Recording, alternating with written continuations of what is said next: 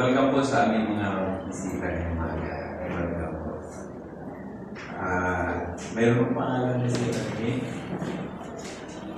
Thank you po for coming. Amen.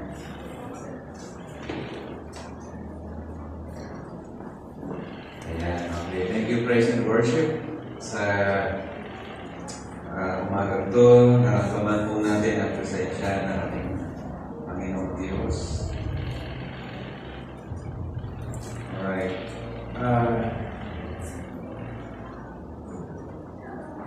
Okay. Alright. Pakipanood po itong video clip na to. Pakipatay ng ilaw. That's bad, huh? You, but you. Me as a relative. I'm sorry. I should have said please. It's not safe for you to be alone out here. Nor you. I have to come with others. Why so late in the day? Don't women come to the wells and the pool of the morning? Yeah, well, none of them will be sitting with me, so I have to come too. And eat. It was a friend of mine. Why would they be seeing me? Long story. I'd still like to drink of water if you can spare it. You say what a parched throat will do. Aren't I unclean to you? Won't you be defiled by this vessel? Maybe some of my people say that about your women, but I don't. Yeah? What do you say? I say if you knew who I am, you'd be asking me for it. Really? And I don't give you living water. Wood. Except that you have nothing to throw water with, and this is a deep well. Besides, what do you need from me if you have your own supply of living water? Long story. The Jewish water is better than Samaritan water. That's not what I Are said. you a better man than our ancestor Jacob, who dug this well? Your water is better than his? I know Jacob. And everyone who drinks this water will thirst again. But whoever drinks the water that I give him will never be thirsty again. Wouldn't that be nice? What?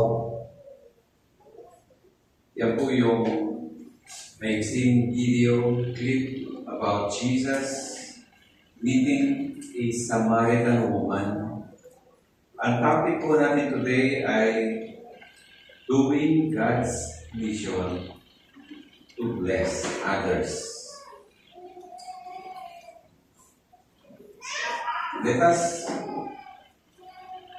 basahin po natin ang scripture para makompleto po itong sidente na to.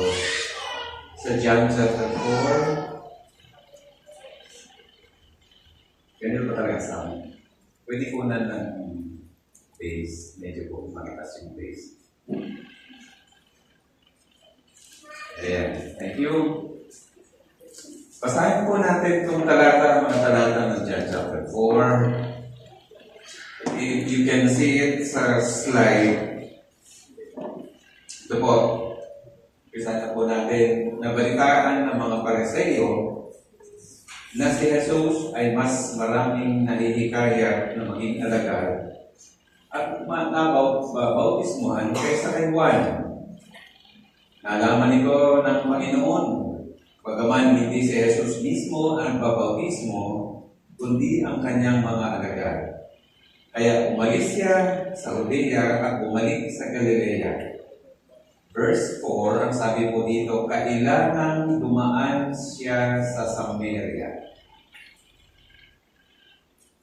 Okay, kailangan ko na siguro yung microphone, hindi ako at least dito sa...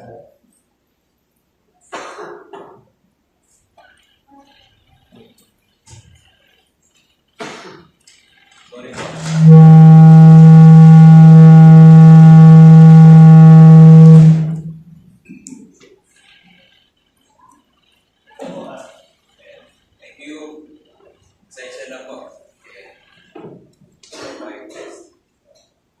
Somebody gave me see that lapel. I just would like to try it, pero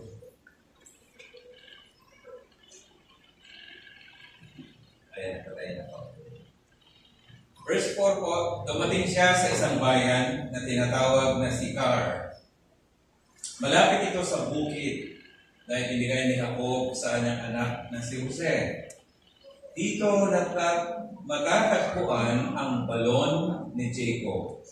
Dahil napagod si Jesus sa paglalakbay, umupo siya sa tabi ng balon. Halos katanghalian na noon. May isang Samaritanang dumating upang umigib at sinabi ni Jesus sa kanya, "Maari bang makiinom?" Wala noon ang kanyang mga alagad dahil sila'y bumili ng pagkain sa bayan. Sinabi sa kanya ng babae, "Ikaw ay Hudyo at Samaritana naman ako. Bakit ka humihingi sa akin ng inumin?" Sinabi niya iyon sapagkat hindi nakikahalubilo ang mga Hudyo sa mga Samaritano. Sumagot si Jesus, "Kung alam mo lamang ang kaloob ng Diyos at kung sino itong humihingi sa iyo ng inumin, ikaw ang hihingi sa Kanya at bibigyan Kanya ng tubig na nagbibigay buhay." Nagsalita ang babae, "Ginoo, malalim ang balong to at wala ka namang pansalok. Saan ka kukuha ng tubig na nagbibigay buhay?" Sumagot si Jesus, "Ang bawat uminom ng tubig na ito'y muling mauuhaw. Ngunit ang sino mang uminom ng tubig na ibibigay ko sa kanya ay hindi na muling mauuhaw kailanman. Ang tubig na ibibigay ko ay magiging batis sa loob niya at patuloy na bubukal at magbibigay sa kanya ng buhay na walang hanggan." Sinabi ng babae, "Ginoo, bigyan po ninyo ako ng tubig na yan upang hindi na ako mauuhaw, ni pumarito pa upang sumanok muli. Umuwi ka at isama mo rito ang iyong asawa." Wika ni Jesus, "Wala akong asawa," sagot ng babae. Sinabi ni Jesus, "Tamang sinabi mo wala kang asawa sapagkat 5 na ang iyong naging asawa. At ang kinakasama mo ngayon ay hindi mo asawa. Totoo nga ang sinabi mo." Sinabi ng babae, "Ginoo, palagay ko ay isa kang propeta. Dito sa bundok na ito sumamba sa Diyos ang aming mga ninuno. Ngunit sinabi ninyong mga Hudyo na sa Jerusalem lamang dapat sambahin ng Diyos." Sinabi naman ni Jesus, "Maniwala ka sa akin, darating ang panahon na sasambahin ninyo ang Ama, hindi na sa bundok na ito ni sa Jerusalem. Hindi ninyo kilala ang inyong sinasamba, ngunit kilala namin ang aming sinasamba sapagkat ang kaligtasan ay nagmumula sa mga Hudyo. Subalit dumarating na ang panahon at ngayon na nga na ang mga tunay sumasamba sa Ama ay sasamba sa Kanya sa Espiritu at katotohanan. Sapagkat ganyan ang uri ng pagsambang ninanais ng Ama. Ang Diyos ay Espiritu at ang mga sumasamba sa Kanya ay dapat siyang sambahin sa Espiritu at katotohanan." Sinabi ng babae, "Nalalaman ko kung darating ang Mesiyas, ang tinawag na Kristo. Pagdating niya, siya ang magpapahayag sa amin ng lahat ng bagay. Akong kausap mo ngayon ang tinutukoy mo," sabi ni Jesus. Dumating ang kanyang mga alagad ng masadali yaon at nagtaka sila nang makita nilang nakipag-usap sa Jesus sa isang Samaritana. Ngunit isa naman sa kanila ay walang nagtanong sa babae, "Ano ang kailangan ninyo?" Wala rin nagtanong kay Jesus, "Bakit ninyo siya kinakausap?" Iniwan ng babae ang kanyang banga. Bumalik sa bayan at sinabi sa mga taga-roon, "Halika kayo! Tingnan ninyo ang taong nagsabi sa akin ang lahat ng ginawa ko. Siya na nga kaya ang Kristo." Kaya lumabas ng bayan ng mga tao at nagpunta kay Jesus. Samantala, makailang ulit na sinabi ng mga alagad kay Jesus, "Rabay, kumain na kayo." Ngunit sumagot siya, Ako'y may pagkain hindi ninyo nalalaman. Kaya't nagtanong-tanong ang mga alagad, may nagdala kaya sa kanya ng pagkain? Sinabi sa kanya ni Jesus, ang pagkain ko'y ang tuparin, ang kalooban na nagsugo sa akin, at tapusin ang ginagagawa niya sa akin. Hindi ba sinabi ninyo 4 na buwan pa ay anihan na? Sinasabi ko naman sa inyo, basta ninyo mga bukid, hilog na ang trigo at handa ng anihin. Ang umaani at tumatanggap ng kabayaran at nagtitipon ng banga para sa buhay na walang hanggan, kahit magkasamang magagalak ang nagtatanim at umaani. Dito magkakatotoo ang kasabihang iba ang nagtatanim at iba naman ang umaani. Isinusubo ko kayo upang anihin ang hindi ninyo tinanim. Iba ang naghirap dito at kayo naman ang umaani ng kanilang pinaghirapan. Maraming Samaritano sa bayang iyon ang naniwala kay Jesus dahil sa pagtotoo ng babae. Sinabi niya sa akin ang lahat ng aking ginawa. Kaya pumunta sila kay Jesus at nakiusap na tumigil muna siya roon. At tumigil na siya roon sa loob ng 2 araw.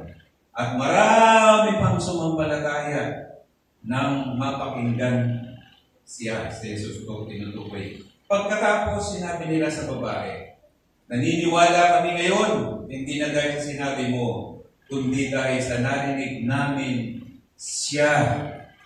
Alam na namin siya nga ang tagapagligtas ng sanlibutan. Pagpalain ng Panginoon ng pagkabasa ng salita niya. Palakpakan po natin ito.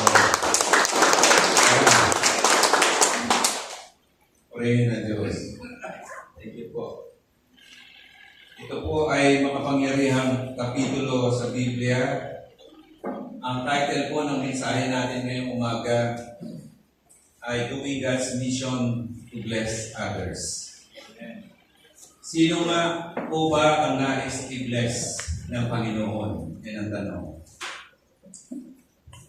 Sino po ang nais na i-bless ng Panginoon? Una, marahil buhay ng isang tao. Ito po yung babae na taga Samaria. Nakita natin sa video clip ang maiksing pag-uusap ni Jesus at ng babae. Dito po sa Jesus, pamilya sa kanya yung talata sa Isaiah 52 verse 7 na sabi na, how beautiful on the mountains are the feet of those who bring good news, who proclaim peace, who bring good tidings, who proclaim salvation. And then who say to Zion, your God reigns. May sabi po nito si Prophet Isaiah. Madalas i-quote ni Jesus ang mga verses at binabasa ang mga sulat ni Prophet Isaiah. Ang ibig sabihin nitong talatang to ay hamon kay Jesus na i-proclaim ang at dalhin ang good news. Alam niyo po, ang salitang how beautiful are the feet of those who bring good news. Who proclaim peace, who bring good tidings, and who proclaim salvation. Kaya mapalad po yung mga gumagawa ng misyon para sa Diyos, para i-bless ang others, ang iba. Like what happened here sa buhay ng babaeng Samaritana. Wala akong pangalan dito yung babae, pero siya taga Samaria, kaya tinawag siyang babaeng taga Samaritana. Hindi lamang po life of a person ang gustong tukuyin ng Diyos na i-bless. Also the family. I-bless ang pamilya. One time in Acts chapter 16, ang sigaw ng bantay bilanggo kay Pablo pagkatapos na ang mga bilanggo ay nakatakas sa bilangguan in chapter 16. Why? Dahil sa kanilang praise, pagkakanta at pananalangin, hating gabi, si Pablo at sa Silas, nagpadala ang Diyos ng lindol sa bilangguan. Sila ay nakalaya Dahil sa madilim, ang bangkay bilanggo po ay nag-decide na magpakamatay dahil sagutin niya yung mga bilanggong pag nakatakas. Buhay niya kapalit. So siya ay magpapakamatay. Pero sabi ni Pablo, huwag mong gawin yan. Walang tumatakas sa aming mga bilanggo. Andito kaming lahat. Binuksan ang ilaw, nakita nga ng bantay bilanggo na sundalo. Ando nung kanyang binabantayan lahat. At ang sabi ng bantay bilanggo, anong gagawin ko para maligtas? Anong sagot ni Pablo? Believe in the Lord Jesus Christ and thou shalt be saved. Ang sumunod na salita, and thy household. At ang iyong pamilya. Hindi lang ikaw maliligtas pag naniwala ka, kasama ang iyong sambahayan. Nandyan ba kayo? Amen. So, will the Lord, not only you as a person will be blessed, also your family will also be blessed. And lastly, that God wants to bless is our community. Ang probinsya dito ng Samaria ay malaki. Ang unang probinsya ay Judea, kung saan naroon doon ang Jerusalem ang templo. Sumunod na probinsya ay Samaria. Sumunod ay Galilea. Tatlong probinsya po. Nahati ang Israel sa tatlong probinsya. Dito po ay gusto ng Diyos, ng Panginoon Yesus, na i-bless din ang community, ang probinsya ng Samaria. Kaya dito po, nabasa natin na kumilala sa Lord ang buong probinsya. Because of the testimony of this woman that Jesus met at the well.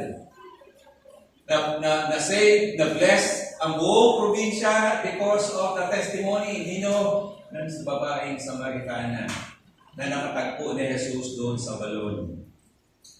So, paano ito naganap? Next slide, yan po tingnan nyo. Andito po siya, nakarating sa Sychar. So, wikang Ingles sa mapa, if you look at it, Sychar. Tama ba ang pronunciation ko? Ayan, Sychar. Yan, paano nakuha ni Jesus ang puso ng babaeng Samaritana nung magkita sila sa balon?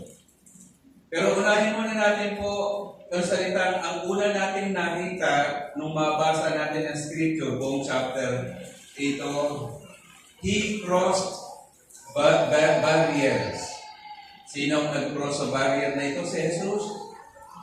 Yung salitang He crossed, o baga ho ay siya ay bypass, nagdiretso. Yung daan mula sa Jerusalem, if you look at it sa mapa, sa bandang Judea, dito ho, ibabaw ng Bethany, ang supposed to be na daanan, ay dadaan sila dito sa ilog na nagpo-connect sa Lake of Galilee, Sea of Galilee, going to the Dead Sea. Yung ilog na yan na namamagitan ay Jordan River, mamamaybay sila dapat dyan dahil ang Samaria po ay galit ang mga Hudyo dyan dahil mistiso ang mga taong taga dyan. Hindi purong Hudyo. Kaya mga taga-Judea, pag pumupunta sa Galilee na purong mga Hudyo, hindi dumadaan sa Samaria. Why?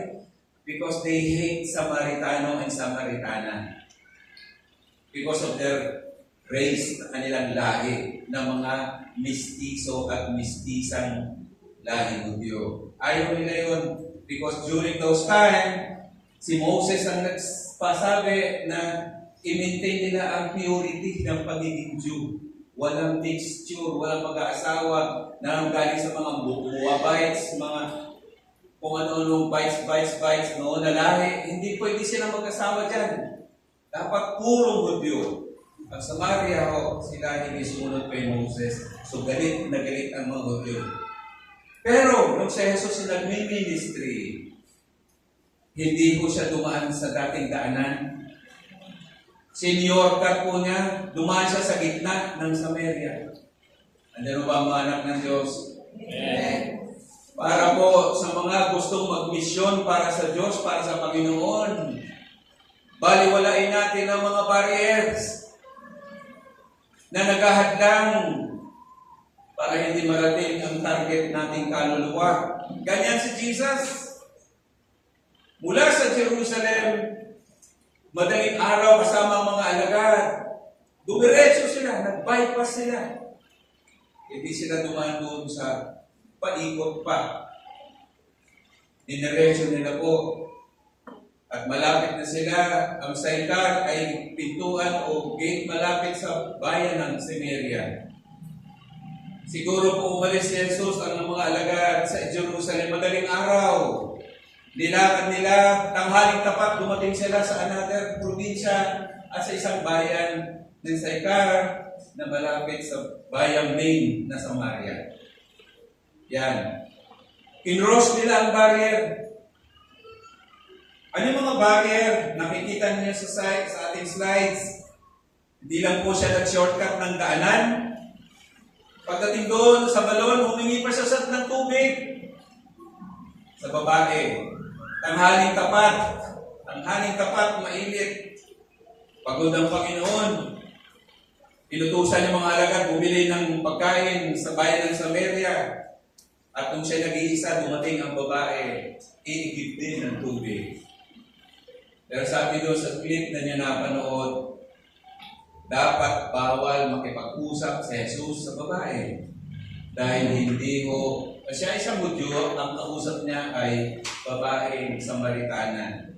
Pero kinross, inalis yung hadlang sa gustong ni Jesus na mangyari. Inalis yung bawal dahil gusto niya kausapin ang babae. Yan. Pinaliwala ang hadlang sa paghingi ni Jesus ng tubig. Pangatlo po, nakipag-usap si Jesus. Ang topic, tubig. Yan. And the letter D, nag-skip ang Panginoon ng lunch. Grabe, no? Dahil sa Kanya, ay importante sa lahat, ay ito pa rin ang Kanyang misyon na pinagagawa ng Ama sa Kanya. At ang misyon na pinagagawa ng Ama sa Kanya ay ang kaluluwa ng babae maligtas. Nandiyan ba kayo? Masave, maligtas. Yan Kanyang purpose. Dahil naparito siya sa mundo, hindi sa kanyang ganang sariling kagustuhan at kalooban. Nandito siya sa kagustuhan ng Ama na gawin ang misyon ng mundo ay pabalik loob sa Diyos. Paano ginawa ni Kristo ang misyon ng Diyos sa babae dito sa istorya na to? Una, humingi si Jesus ng tubig sa kanya. In verses 7 to 13, maari bang makiinom? Bawal to, pero ginawa ni Lord. Kultura din po sa kanila na hindi dapat mag-usap ang Samaritana at Samaritano o lalaki at babae. Bawal po to noong panahon yun. Pero pinaliwala ni Jesus. Ito ang rason ng babae kaya ayaw niyang bigyan ng tubig si Jesus. Pero ang sagot ni Jesus, kung kilala mo lang ang humihingi ng tubig sa iyo, sa kanya ka hihingi ng tubig na hindi ka na mauuhaw. Yung po ang tulo ni Jesus. Nag-reason out yung babae na hindi ka pwedeng bigyan ng tubig dahil sa mga ito. Pero sabi ni Jesus, kung alam mo lang, kung kilala mo lang ang humingi sa iyo ng tubig, sa kanya ka hihingi ng tubig na hindi ka na mauuhaw. Grabe, no? Ibig lang sabihin dito, mga kapatid, inaalok ni Jesus yung kanyang dala-dalang tubig ng buhay. Tubig na pag ininom, mauuhaw ulit. Versus sa tubig na dala niya, na inaalok sa babae, na pag ininom ng babae ito, hindi na siya mauuhaw kailanman. So yung inaalok na tubig, sabi rito sa verse 13 po, ang bawat umiinom ng tubig na ito ay muling mauuhaw. Ngunit ang sino mang umiinom ng tubig na ibibigay ko sa kanya ay hindi na muling mauuhaw kailanman. Ang tubig na ito na ibibigay ko, sabi ni Jesus, ay magiging springs of living water. Yun sa wikang Ingles. At ito ay magbibigay sa kanya ng buhay na walang hanggan. Ang ganda ng alok ni Jesus na tubig. Nandiyan ba kayo? May dala ba kayong tubig na sobrang init eh? May dala kayong tubig? Iinom muna ko ng tubig. Ayan. Dito po tinanggap ng babae ang alok ni Jesus na tubig. Tinanggap. Sabi ng babae, Ginoo! Sabi niya sa verse 15, bigyan mo ninyo ako ng tubig na yan. Upang hindi na ako mauuhaw. At isa pa, para hindi na ako pumarito sa balon na ito. Bakit na hindi na siya pupunta pa, hindi na kakarito? Dahil tanghaling tapat po, iigib siya, hindi pa naman pag-igib ng tubig tanghaling tapat. Normal yung pag-igib ng tubig ay umaga at hapon. Anong dahilan? Bakit tanghali siya umiigib? Yan. At bakit gusto niya itong tubig na hindi na mag-uuhaw pa? Para hindi na siya bumalik sa balon? May dahilan po. Umamin siya na meron siyang itinatago. Pero ang mga tinatago ng babaeng ito hindi pwedeng itago kay Jesus. Alam niyo, sa verse 16, sabi ni Jesus, umuwi ka, isama mo dito ang iyong asawa. Sabi ni Jesus. Sabi ng babae, wala akong asawa. Sagot ng babae, sinabi ni Jesus, tama ka, wala ka ng asawa. Sapagkat 5 na. 5 na ang naging asawa mo. At yung kinakasama mo ngayon ay hindi mo makasama. So ilan lahat na nakasama ng buhay ko sa buhay niya? 6. Mga hindi niya asawa. So kaya pa siya hindi pwedeng humingin pag maraming tao dahil ang mga tao, pag nakita siya, pandidirian siya at magkakaroon ng maritesan. Hello? Kaya tanghali siya pupunta sa balon. Ito po, nasa pool, ang babae sa kanyang daladalang bigat sa buhay. Para tayo din madaming bigat na pasabi. Yan. Daming sikreto sa buhay. Na totoo walang pwedeng maisikreto sa Diyos. Number 5, naghanap na siya ang babae ng sasambahin Diyos. Sabi ng babae, dito dati sa bundok na ito sumasamba ang mga ninuno namin. At kayong mga Hudyo doon sa Jerusalem, sinasabi niyong doon lang.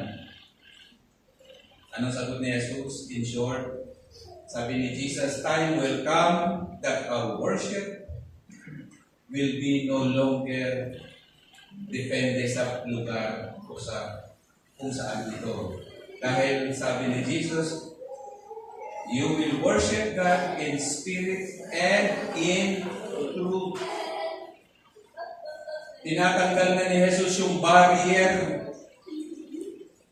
ng pagsamba na dapat at tama na gusto ng Diyos Ama. So, ang babae po, walang lusot. Lalo siyang pinapalapit ng Panginoon Jesus sa katotohanan. So, naghanap siya ng sasambahin, naghanap siya in history, but still, Jesus has the right answer to this lady. So ito pong babae, sinabi niya, nalalaman ko po na darating ang Mesiyas. Sabi niya, ang tinatawag na Kristo. Pagdating niya, siya ang magpapahayag sa amin, sabi ng babae, ng lahat ng bagay. Anong wika ni Jesus sa babae? Ako, nakausap mo ngayon ang tinutukoy mo, babae. Ako ang Kristo, ako ang Mesiyas. At ako ang tagapagligtas na tinutukoy mo na darating pa lang. Ako andito sa harap mo. So sa kabila na ang babae ay punong-puno ng bigat na nararamdaman sa kanyang buhay at problema, nasa harap niya pala ang solusyon. ang Kristo at ang Misaya. Misaya means tagapagligtas. Ano kaya ang damdamin ng babae na taga-Samaria, Samaritanang babae? Ano kaya pakiramdam niya sa panahon ito? Tatanggapin ba niya ang challenge ng Panginoon? Tatakbo ba siya? Iiwanan niya si Jesus? Yan po ang napakaganda sa istorya nito. Ang Panginoon Jesus po, tinanggal niya lahat ng mga barriers, mga hadlang. Pero sa kanyang pagharap at pagbaliwala sa mga barriers, nagbunga ng maganda, nagbunga ng pagpapala, blessing sa iba. Naging pakinabang sa babae na ito ang personal niyang pag-usap kay Jesucristo na Mesiyas at tagapagligtas. Pero dito po sa babaeng Samaritana,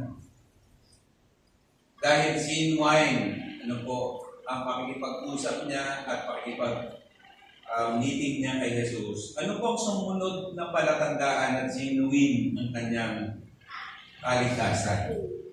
Genuine ng kanyang nakita kay Jesus at natagpuan. Una, in verse 28, iniwan ng babae ang kanyang banga. Andiyan ba kayo? Iniwan. Nung ng kaharap niya ay si Kristo at Mesiyas, tagapagligtas, biglang iniwanan ng kanyang banga. Parang naalala ko tuloy si Elias at saka si Eliseo, the propeta. Nung si Elias ay malapit ng kunin ng Diyos, sent chariot of fire, di ba? Remember the story of Elijah and Elisha. Si Elijah po malapit ng kunin. Kailangan niya na ang papali sa kanya bilang propeta. Paglagay ng balabal kay Eliseo, anong ginawa pa ni Eliseo? Dahil sa isang magsasaka, isang farmer, nag-aararo. Anong ginawa ko niya sa kanyang araro? Winarak. At ang ginawa niya sa kanyang mga baka na pang-araro, tinatay. Diyan ba kayo? Ano, naalala ko lang mo dito biniwan ng babae ang kanyang banga. Iniwan. Bumalik sa bayan at sinabi sa mga taga-roon, nakatagpo ko ang Mesiyas. At sigaw niya. Iniwan niyang banga sa excitement, sa kanyang tuwang-tuwa na naranasan. Wala pang taong nakapagsabi sa kanya ng ganito.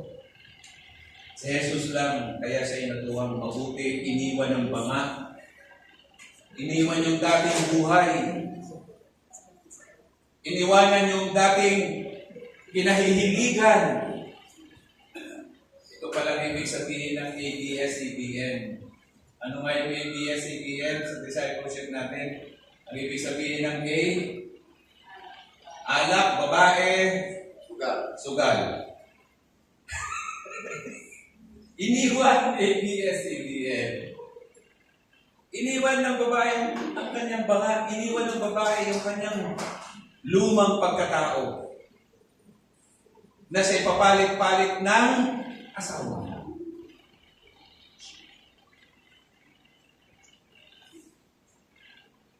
So, ABS-CBN, alak, babae.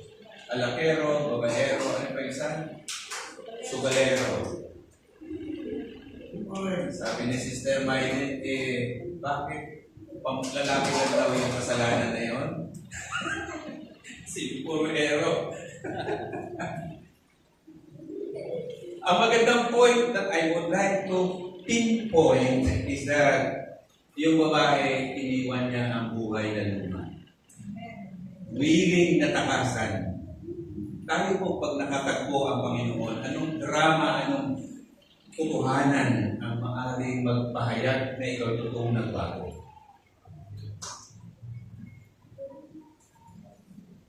Pangalawa, yan isang palatandaan nitong babae Samaritana ay talaga may pagbabago. Number 2, ang sabi niya dito, sa lahat ng kanyang mga tagpo sa Samaria at sa bayan marahil ng Sikar ay halikayo!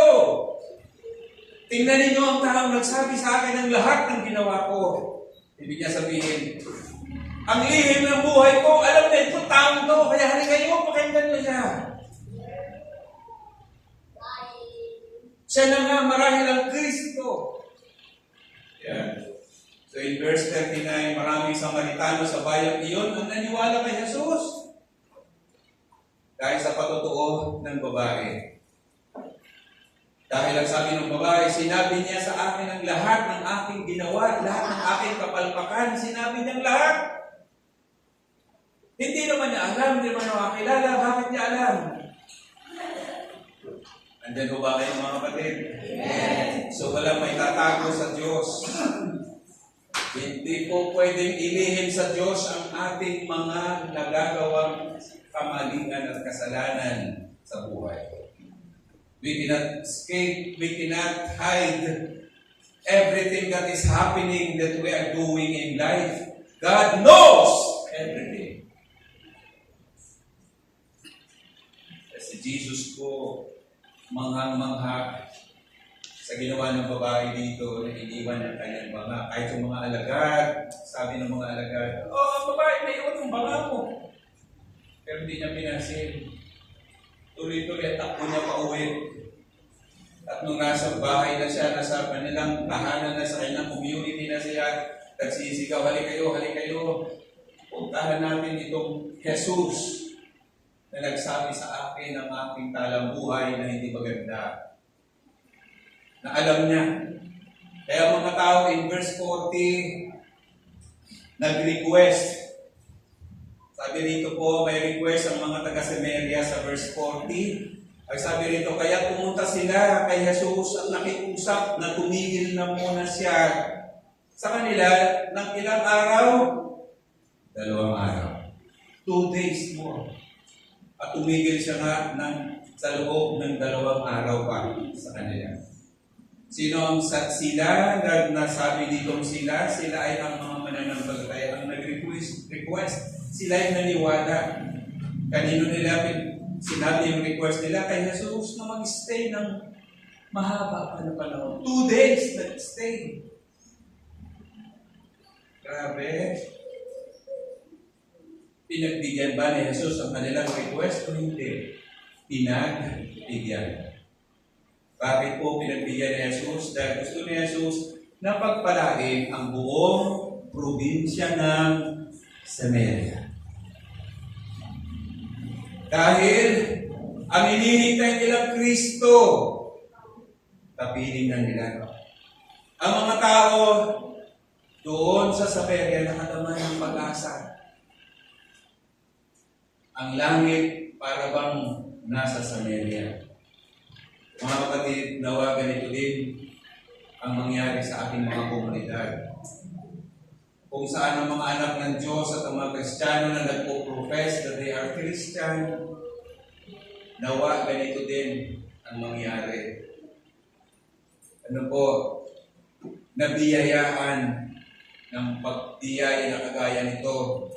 Pero importante po, unang-unang ginawa dito ni Jesus, humingi sa Jesus ng tubig sa kanyang kausap, babae. Inalok ni Jesus ang babae ng tubig ng buhay. Tinanggap ng babae ang alok na tubig ng buhay mula kay Jesus. Dahil umamin ang babae na siya'y makasalanan. Pero naghanap siya ng sasambahin Diyos. Pero sabi ni Jesus, katapat mo na ang sasambahin mo at sasambahin mo darating ang panahon ng Diyos sa Espiritu at sa katotohanan. Wala nang barrier na si Kristo, ang Mesiyas, ang tagapagligtas na maghahari, hindi physically, kung hindi maghahari sa puso, sa spiritual na kapamaraanan. That is the purpose and the goal na gusto ni Jesus ipag-alam dito sa kanyang kausap na babae. Paano po ninyo, mga kapatid, nakatagpo sa Jesus sa buhay? Ito po ba ay authentic, dramatic, totoo, na naramdaman mo after mong ma-encounter si Jesus sa pamamagitan ng pakikinig ng kanyang salita? Tandaan mo, may mga barrier si Jesus na pinaniwala para sa atin. Nag-shortcut siya ng dinaanan kahit mahirap, sinakripisyohan ang krus.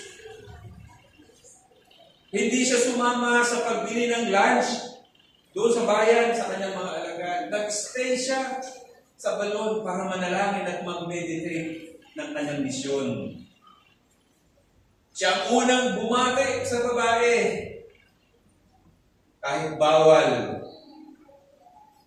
Humingi siya ng inumin kahit meron na siyang sobra-sobrang inumin ng buhay, ng tubig ng buhay meron.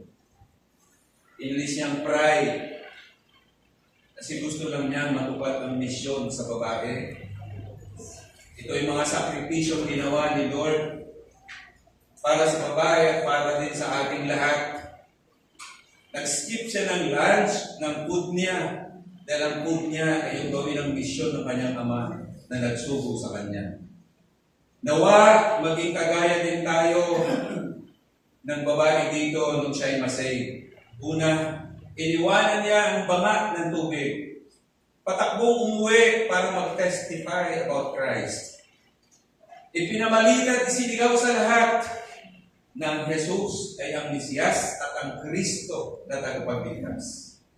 And verse 41 ang sabi rito, at marami pang sumampalataya ng mapakinggan si Jesus, siya, si Jesus. Verse 42, pagkatapos, sinabi nila sa babae, itong mga taga-Samaria po, sinabi doon kay babae na nakatagpo ni Jesus, naniwala kami ngayon, hindi na dahil sa sinabi mo, sabi ng mga tao sa Samaria, kundi dahil sa narinig namin siya. Alam na namin siya ang tagapagligtas ng sangkatauhan. Do you see that? Purihin ng Diyos. Hindi importante yung testimonya ng babae para sa mga taga-Samaria. Ang importante, personally sila rin nakasumpong nila sa Jesus na nagbigay ng kasiguraduhan na nasumpungan din nila ang kaligtasan. Palakpakan natin ang Panginoon. Praise and worship, please come.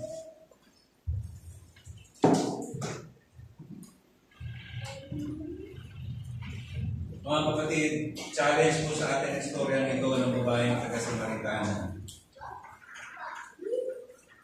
Ang tanong, totoo nga ba na encounter mo na ang Panginoon sa buhay?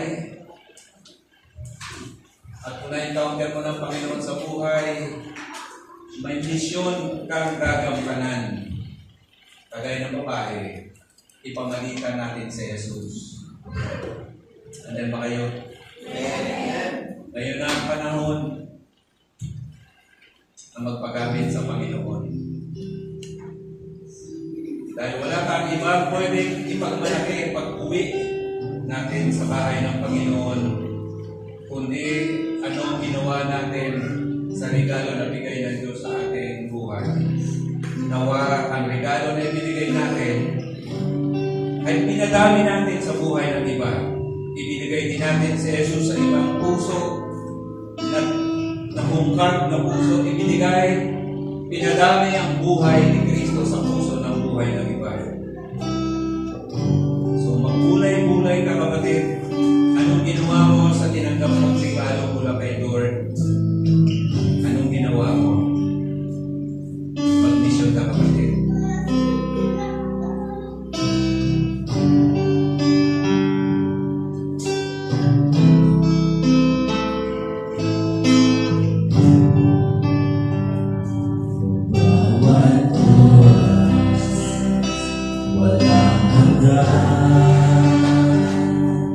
Ang buhay ay aking